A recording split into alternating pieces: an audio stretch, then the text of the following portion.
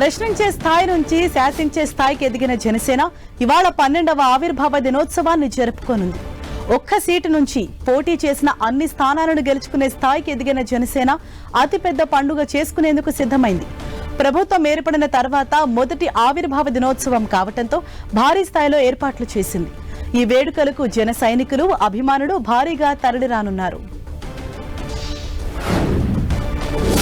ఇవాళ పిఠాపురం నియోజకవర్గం చిత్రాడలో జనసేన భారీ బహిరంగ సభ నిర్వహిస్తోంది.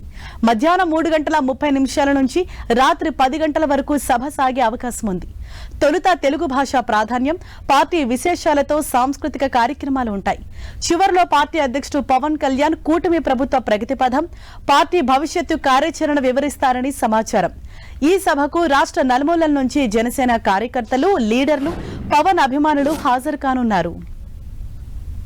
ఈ సభలో పవన్ మాట్లాడే స్పీచ్ పై సర్వత్రా ఉత్కంఠ కొనసాగుతోంది. సేనాని చాలా రోజుల తర్వాత పబ్లిక్ మీటింగ్ ను అడ్రస్ చేయబోతున్నారు. పైగా పార్టీ కార్యకర్తలు, నేతలను ఉద్దేశించి మాట్లాడబోతున్నారు. దీంతో ఆయన ప్రసంగం ఎలా ఉండబోతోందోనన్న ఆసక్తి అయితే కొనసాగుతోంది. ప్లీనరీ వేదికగా పవన్ ఏం మాట్లాడబోతున్నారు, ఏ అంశాలపై ఫోకస్ చేయబోతున్నారనేది ఇంట్రెస్టింగ్ గా మారింది.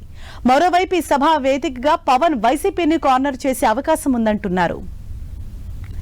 పిఠాపురం ప్రజలకు ప్రత్యేకమైన కృతజ్ఞతలు తెలిపేందుకు అక్కడే ఆవిర్భావ దినోత్సవ సభ జరగాలని పవన్ కళ్యాణ్ ఆదేశించారు. దీంతో చిత్రాడ గ్రామంలోని ఓ ప్రైవేట్ వెంచర్లో భారీ స్థాయిలో ఆవిర్భావ వేడుకలు నిర్వహిస్తున్నారు. ప్రభుత్వం ఏర్పడిన తర్వాత మొదటి ఆవిర్భావ దినోత్సవం కావడంతో ఈ సభకు జయకేతనం అని నామకరణం చేశారు. ప్రత్యేకంగా ఈ సభ కోసం 14 ఎకరాల స్థలాన్ని సిద్ధం చేశారు. ఇందులో 50 అడుగుల ప్రజా వేదికతో పాటు వీఐపీలు, వీవీఐపీలు కూర్చునేందుకు ప్రత్యేకమైన గ్యాలరీలను సిద్ధం చేశారు. గోదావరి జిల్లాల నాయకులను స్మరించుకునే విధంగా రాజారావు బహదూర్, డొక్కా సీతమ్మ, మల్లాడి సత్యలింగ నాయకర్ పేరు మీద 3 ద్వారాలను ఏర్పాటు చేశారు. ముఖ్య నేతల కోసం సభాస్థలికి సుమారు 500 మీటర్ల దూరంలో హెలీప్యాడ్ ఏర్పాటు చేశారు. ఈ సభకు 2 లక్షల మంది ప్రజలు హాజరవుతారని అంచనా వేస్తున్నారు. సుమారు 2000 మంది పోలీసులతో బందోబస్తు ఏర్పాటు చేయనున్నారు. 75 సీసీ కెమెరాలు, 4 ప్రాంతాల్లో భోజన కౌంటర్లు, మజ్జిగ, మంచినీరు, ఓఆర్ఎస్ ప్యాకెట్ల ఏర్పాటుకు సిద్ధం చేశారు.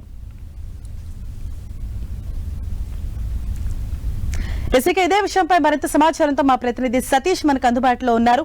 సతీష్, ఇవాళ ఈ సభ ఎన్ని గంటలకు ప్రారంభమవుతోంది? ముఖ్య అతిథులుగా ఎవరెవరు హాజరవుతున్నారు? అక్కడ జరుగుతున్న ఏర్పాట్లకు సంబంధించి వివరించండి.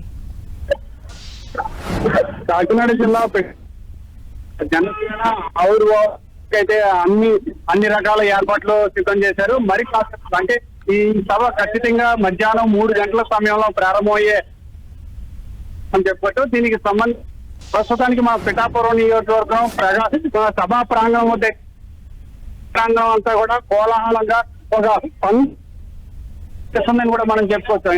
పిఠాపురం నియోజకవర్గంలో చిత్రాడ గ్రామం పరిసర ప్రాంతంలో థ్యాంక్ యూ సతీష్.